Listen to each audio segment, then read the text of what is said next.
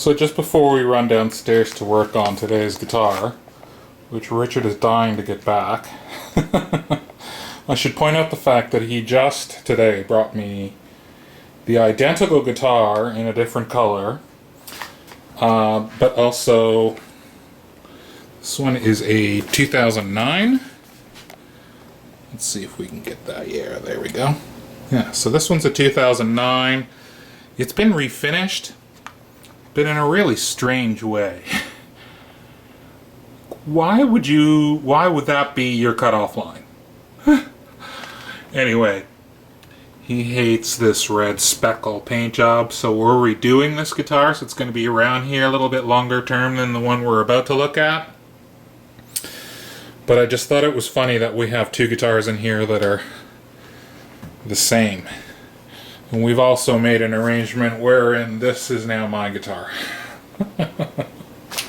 So you'll see a little bit of that one too.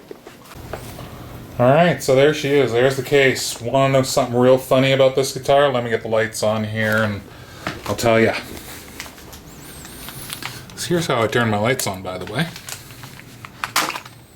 Anyway, yeah, this guitar is hilarious. I don't know if, for those of you who follow me, for those of you who paid attention to the disjointed conversation in that video where Richard happened to pop in during the vintage guitar, I used to own this guitar. I knew as soon as I looked at it, but then I had other confirmations, like I remember that little bit of the case, but I owned this guitar over a year ago. More than a year ago, I owned it. I don't know how long I owned this guitar for. But I both traded it for a Strat that I owned and traded it back into a Strat. Like, traded it away again for another Strat. But yeah, I used to own this guitar. That's hilarious. I owned this guitar for a long time. It was my very first Goldtop. And it was so funny to see. As soon as he pulled it out of the case, I was like, I bet that's my old Goldtop. And I knew right away as soon as I saw it. It's so funny.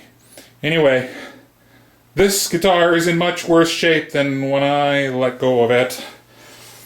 It's fretting out. It's fucking poorly set up. It's not good. It's not good. So I could tell just by looking at it right away, this is way too far down. All of these strings are touching the bridge. No bueno. The action is way too low. It's fretting out anywhere after the 12th. It's not playing right. And I don't think there's any relief in it. Because even just from the quick test where you just hold the first fret with one finger and then hold the last fret. So basically simulating this, right? Like when you test for relief and you look and I hate this camera. But anyway, the string is touching.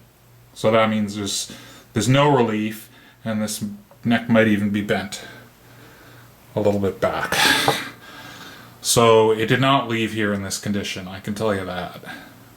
So let me put it right for Richard, because this is not his style of guitar. He took this in trade, so he's hoping to trade this into a Strat. But we cannot put a guitar back out for trade like this. That is just not functioning properly. This needs to play properly. It needs a setup. Okay, so I already know from playing it what's wrong with it, and I've already explained to you what's wrong with it. I don't need to... Look, I don't need to put a level on. I know that it's... I can tell that it's out of alignment. So all I need a level for now is to put it back into alignment. Now, what I want to do before I pull the strings off is I want to see if putting a little bit of relief into the neck to begin with. Because this guitar didn't have fret issues when I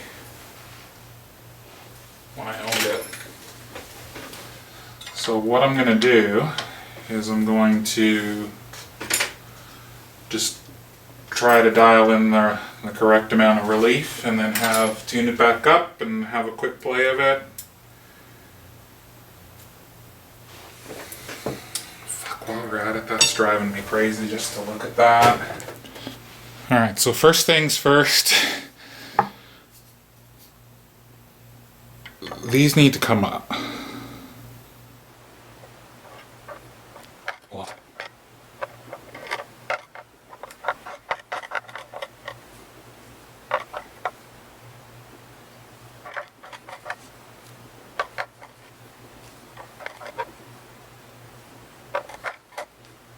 Okay, so just a little bit.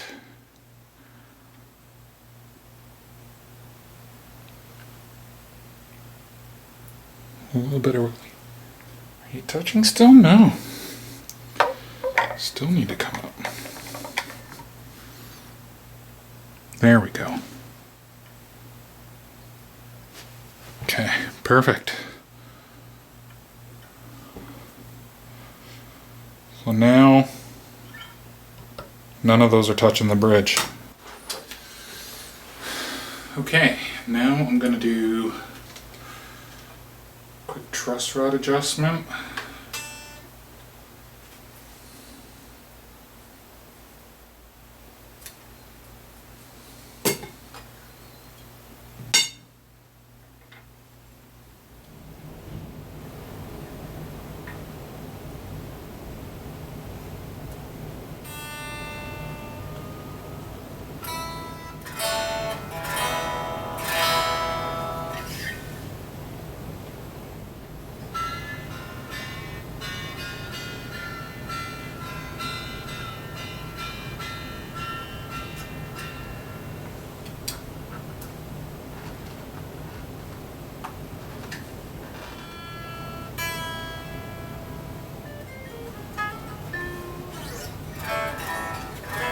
Oh my god, that plays 1,000 times better. Just needed a setup. Jesus, Murphy.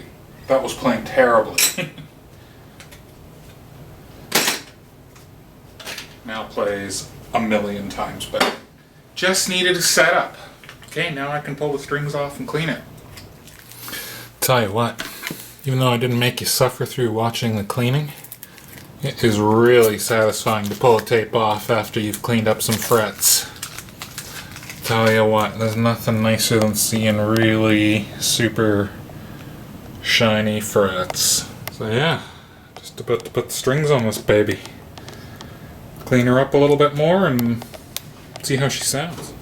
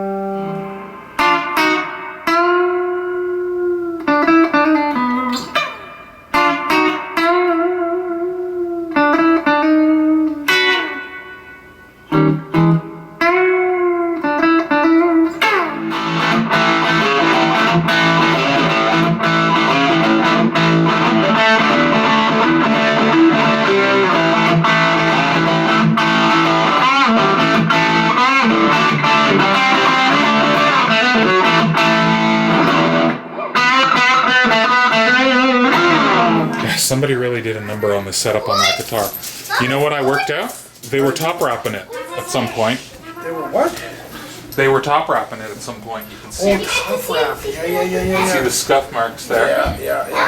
This was pegged right to the bottom. Oh, it's terrible. These were all touching. It had to come up so much. I swapped that out for you. Yeah, and I posted it with a picture. Yeah, it looks good, man. It's good.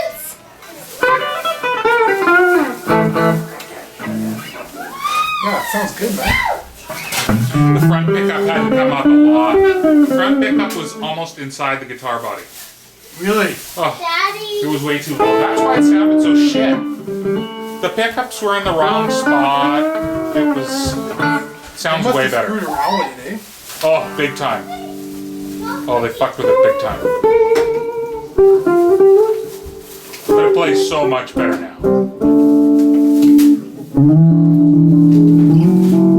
Frets are super clean.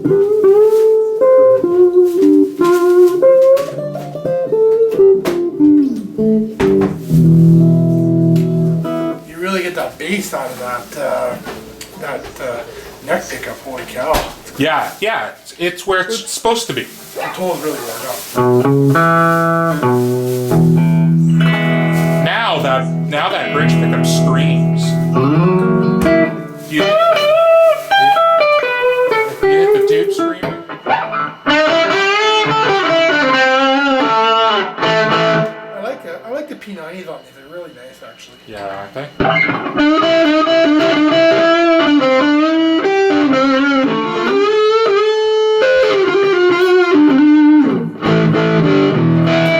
See, it plays good in every position. Yeah, I like it a lot. But I It's think up for that sale. one sounds a little bit better. I don't know why. I think so too.